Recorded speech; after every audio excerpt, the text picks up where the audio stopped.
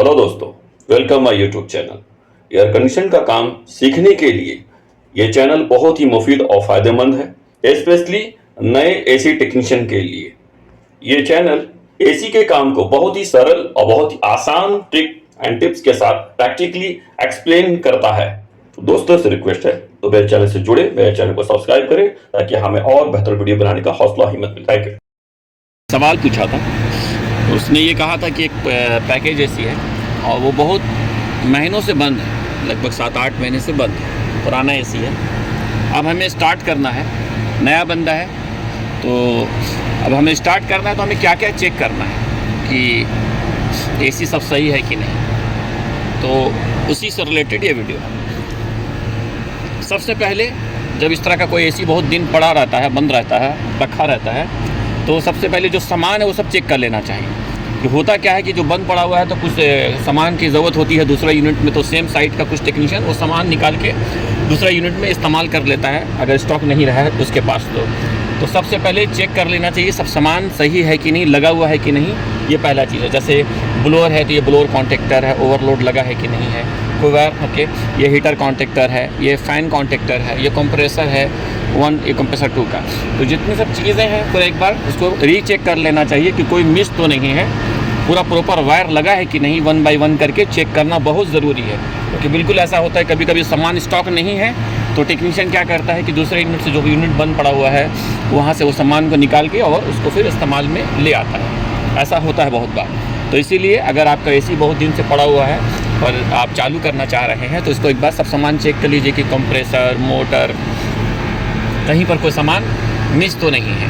बाद में जितनी वायरिंग है वो चेक कर ले कि कोई लूज़ तो नहीं है, कोई कटा तो नहीं है, कोई ब्रोकन तो नहीं है, कोई डैमेज तो नहीं है। वो एक एक करके आप उसको धीरे धीरे सब कुछ वो चेक कर लीजिए, ये बहुत ज़रूरी है। बाद में ये हो गया, ये होने के बाद उसके बाद जैसे अब ये ब्लोअर है तो ब्लोअर का कंटिन्यूटी चेक करो कि वो ग्राउंड तो नहीं है।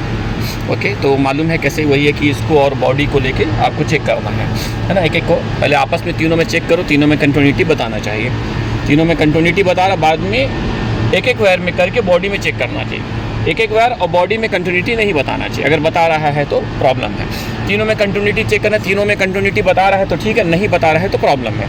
तो खासकर ब्लोअर का चेक करना होगा। ब्लोअर के बाद फिर आप आएंगे कंप्रेसर के फ़ैन के पास, कंडेंसर फ़ैन मोटर, उसको चेक करेंगे। उसको भी सेम वही चेक करना है, तीनों में कंटिन्यूटी बताएगा और कंप्रेसर वायर से और बॉडी में नहीं बताएगा, नहीं बताना चाहिए। अगर बता रहा है तो प्रॉब्लम है, या तीनों में से किसी 2 वायर में कंटिन्यूटी नहीं बता रहा है तो प्रॉब्लम है। तो वो चेक करना चाहिए क्योंकि कोई ग्राउंड वगैरह तो नहीं है, वो ये आप चेक कर लिए। बाद में फिर आप कंप्रेसर को चेक कर लीजिए, कंप्रेसर कॉन्टेक्टर को सेम उसी तरह चेक करना है, कंप्रेसर 2 को।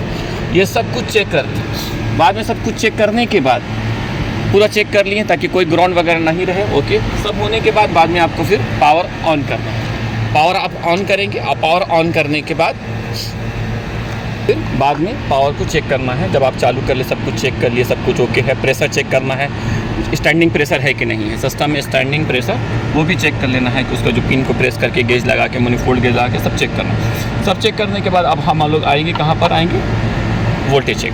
वोल्टेज, तो उसके बाद सबसे पहले वोल्टेज पे जाने से पहले नेम प्लेट पे जाना है कि नेम प्लेट में यूनिट का वोल्टेज क्या है, 230 है, 380 है या 460 है। ओके, तो उस वोल्टेज के हिसाब से जैसे ये यूनिट 380 है तो 380 पे हम लोग चलेंगे। ओके, तो 380, लाइन 1, लाइन 2, लाइन 2, लाइन 3 और लाइन 1, लाइन 3 तीनों में चेक करना है। ओके, तीनों में चेक करना है। सब ये हो गया है।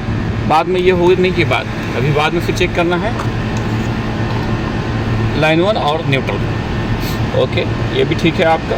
बाद में आपका ये देखना है लाइन 2 से न्यूट्रल को और लाइन 3 से न्यूट्रल को। ये तीनों भी आपका ठीक है, अब सब सही है, कोई दिक्कत नहीं है। बाद में यहाँ पर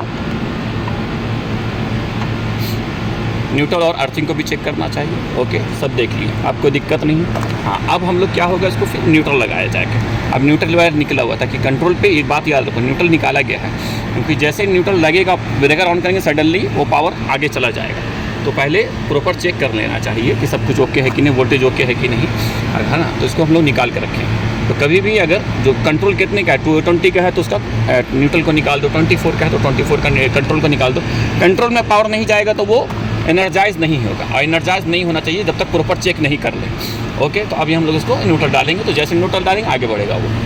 ओके, न्यूट्रल डाल दिया। ओके, अब न्यूट्रल डालने के बाद अब यहाँ पर क्या है, देखो स्टार्ट हो गया, ठीक है। बाद में यहाँ पर लाइन न्यूट्रल चेक कर लेना है, 220 आ गया, लाइन न्यूट्रल में 220 आ गया। बाद में यहाँ पर आपको आरसी में 24 आना चाहिए आपके। ऑलमोस्ट जितनी कंपनी, सब कंपनी का 24 ही रहता, ऑलमोस्ट किसी किसी का 220 रहता, बट 99% 24 रहता। यहाँ 24 आ रहा है, यानी कि जो 380 है मेन वोल्टेज वो भी सही है, बाद में जो 220 ले रहा है वो भी सही है, बाद में जो आउटपुट कर रहा है सेकेंडरी वोल्टेज कंट्रोल के लिए वो भी सही है। तो ओके, इस तरह से आप उसको चेक कर सकते हैं, उसके बाद आप उसको स्टार्ट कर सकते हैं। इस वीडियो में इतना ही।